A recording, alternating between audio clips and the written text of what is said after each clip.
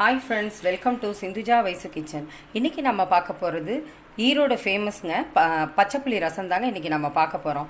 இதோட பள்ளிப்பாளைய சிக்கனோட சாப்பிட்டிங்கன்னா ரொம்ப டேஸ்ட்டாக இருக்கும். எந்த நான்வெஜ்ஜோட நீங்கள் இந்த பச்சைப்புளி ரசத்தை சாப்பிட்டிங்கன்னா ரொம்ப நல்லா இருக்குங்க. இது செய்கிறதுக்கும் ரொம்ப சுலபமாக செஞ்சிடலாம். இது சூடுபடுத்த தேவையில்லை. எல்லாமே பச்சையாக சேர்ந்து டக்குன்னு நம்ம செஞ்சிடலாம். எப்படி செய்யலான்னு பார்க்கலாம் வாங்க. பச்சைப்புளி ரசம் செய்கிறதுக்கு நான் ஒரு எலுமிச்சம்பழம் சைஸுக்கு புளியை எடுத்து ஊற போட்டு அதை நல்லா வடிகட்டி வச்சுருக்கேன். இப்போ இதில் பாத்திரத்தில் சேர்த்துக்கலாம்.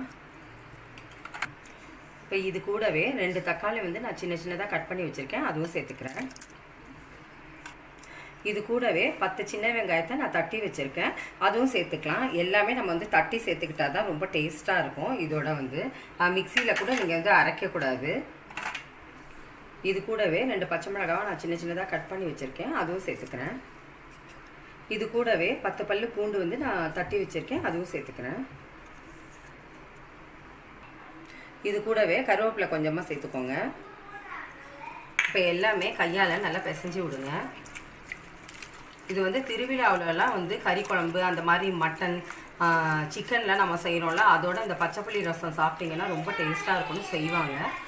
நீங்கள் இதோட பள்ளிப்பாளையம் சிக்கன் அப்புறம் கறி விருந்துக்கு இதுக்கெல்லாம் இந்த பச்சைப்புளி ரசம் செஞ்சிங்கன்னா ரொம்ப நல்லாயிருக்கும். இந்த மாதிரி தான் செய்வாங்க.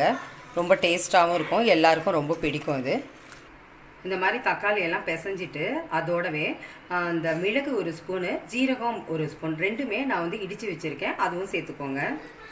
சேர்த்துட்டு இதுவும் நல்லா பிசைஞ்சு விடுங்க. நல்லா மணமாக இருக்குது.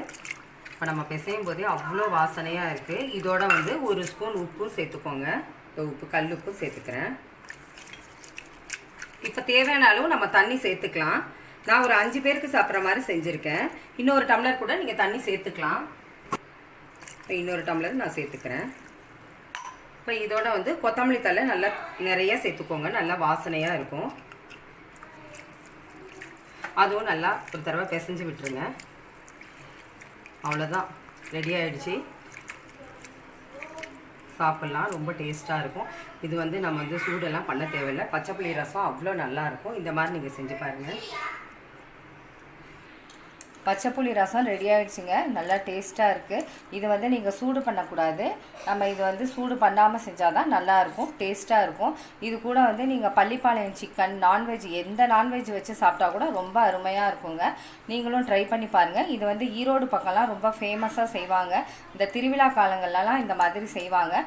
நீங்களும் ட்ரை பண்ணி பாருங்கள். இந்த வீடியோ உங்களுக்கு பிடிச்சிருந்தால் சப்ஸ்கிரைப் பண்ணுங்கள். பக்கத்தில் உள்ள பெல் பட்டனை கிளிக் பண்ணுங்கள். Okay, thank you.